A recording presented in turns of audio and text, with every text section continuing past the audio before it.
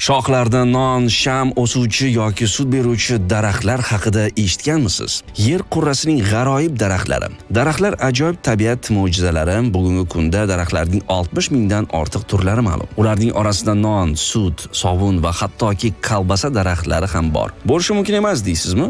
Bu haqiqat. Quyida sizga taqdim etmoqchi bo'lgan videorolikimizda turli joylarda o'sadigan eng g'aroyib daraxtlar to'g'risidagi ko'plab qiziqarli faktlarni taqdim etamiz. Non daraxti. Eng g'aroyib daraxtlardan biri non daraxti. U tropik mamlakatlarda o'sadi. Biroq uning vatani Yangi Gvineya va Okeaniya hududi sanaladi. U haqida bor yo'g'i 17-asrda ingliz dengizchilari sabab bilishgan. Dengizchilar mahalliy aholi g'aroyib daraxt mevasini non o'rnida yeyishni hayrat bilan kuzatishgan. Ana o'shanda matroslar o'simlikning ko'chatini olib ketib, o'z o'lkalarida ham ekishgan. Biroq bundan yaxshi natija chiqmadi. 18-asrda uni Yamaykada o'stirishga muvaffaq bo'lishdi. Mazkur o'simlik mevalari qullarni boqishdagi asosiy mahsulotga aylandi. Non daraxtining poyasi va shoxlari yo'g'on, u juda tez o'sadi va balandligi 25 metrga ham yetishi mumkin. Mevalarning uzunligi 30-35 santimetrga, vazni esa 4-5 kilogrammga teng. Tashqi ko'rinish jihatidan qovunga o'xshab ketadi. Non daraxti bir necha oylar davomida suvsizlikka chidashi va Selsiy bo'yicha 40 daraja issiq haroratni ham ko'tarishi mumkin. Qiziqarli jihati, bu g'aroyib daraxt yiliga 9 oy davomida meva beradi. 70 yil davomida har yili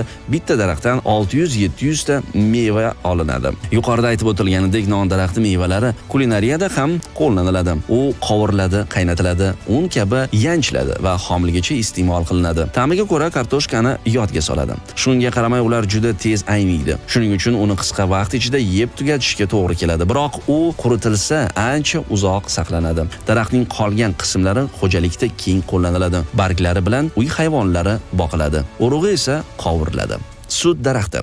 Bu daraxt o'ta g'aroyib. Uni brosium yoki sigir daraxti deb ham ataladi. Bugun uni Janubiy va Markaziy Amerikada, shuningdek Osiyo mamlakatlarida ham uchratish mumkin. U ko'pincha 30 metrgacha o'sadi. Daraxt nomining o'ziyoq suyuqlik ishlab chiqarishini anglatadi. Aynan shuning uchun ham mazkur daraxt yetishtiriladi. Boshqa o'simliklardan farqli ravishda uning suti zaharli emas, aksincha foydali hamda ta'mi yoqimli. Tashqi jihatdan ushbu suyuqlik oddiy sutni yodga soladi, biroq u quyuqroq va o'ziga xos yoqimli hidga ega. Oldindan qaynatib olinsa, hatto jazirama issiqda ham sut bir haftagacha achimaydi. Sut daraxti haqida bilgan ilk yevropaliklar ispan istilochilari edi. Uyga kelib sog'ish mumkin bo'lgan ajoyib daraxt haqida so'zlab berishgan. Daraxtning tanasi kesiladi, uning tagiga esa idish qo'yiladi. Bir martada 3-4 litr sut yig'ish mumkin. Mahalliy aborigenlar bunday sharbatni biz qo'y yoki echki sutini ichgandek iste'mol qilishadi. Bundan tashqari undan sham va saqich ishlab chiqarish uchun mum olish mumkin. Sham daraxti.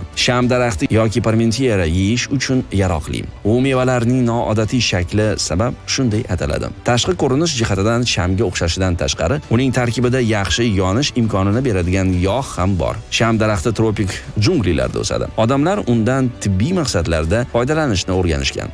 Sovun daraxti. G'aroyib daraxt Osiyo va Amerikaning tropik o'rmonlarida o'sadi. Bu qiziq o'simlik ayniqsa uning mevalarida ko'plab saponin moddasi bo'lib, u kir ketkazish xususiyatiga ega. Ilgari hindular ushbu daraxtning po'stlog'idan matolarni oqartirish uchun foydalanishgan. Bugun esa sovun daraxti kosmetologiyada keng qo'llaniladi. Uning urug'i o'ta qattiq, shuning uchun undan tasbeh va turli bezaklar tayyorlanadi. Mevalari sovunli yong'oqlar deb ataladi, chunki ular bemalol kir yuvish kukunini o'rnini bosa oladi.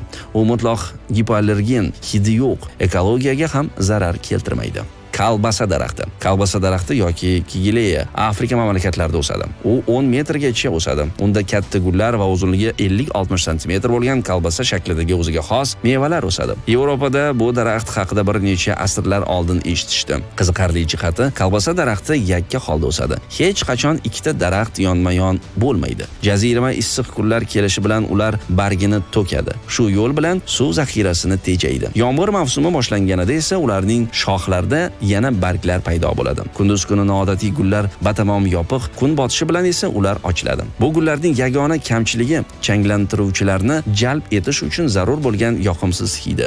Daraxt mevalarini iste'mol qilishdan avval unga termik ishlov berish kerak, chunki u juda zaharli. Mahalliy aholi undan alkogol ichimlik tayyorlashni o'rganishgan. Mevalar o'ta mustahkam po'stloq bilan qoplangan. Urug'ini olish uchun dastlab mevani quritish, ana undan keyin bolta bilan maydalash kerak bo'ladi. Afrika aborigenlari Kolbasa daraxtini tibbiyotda qo'llashadi. Uning mevalari bilan yallig'lanishlar, ilon chaqishi, zaxmni davolanadi va turli yaralarni bog'lash uchun qo'llaniladi. Shifokorlar g'aroyib geliya daraxti aslida antibakterial xususiyatga egaligini tasdiqlaydilar. Aynan shuning uchun bugungi kunda turli kosmetika vositalarini ishlab chiqarishda qo'llaniladi. Daraxt mevalari uzoq qaynatilganida qizil bo'yoq olish mumkin. Afrikaliklar u bilan matolarni bo'yashadi. Mana shunaqa gaplar.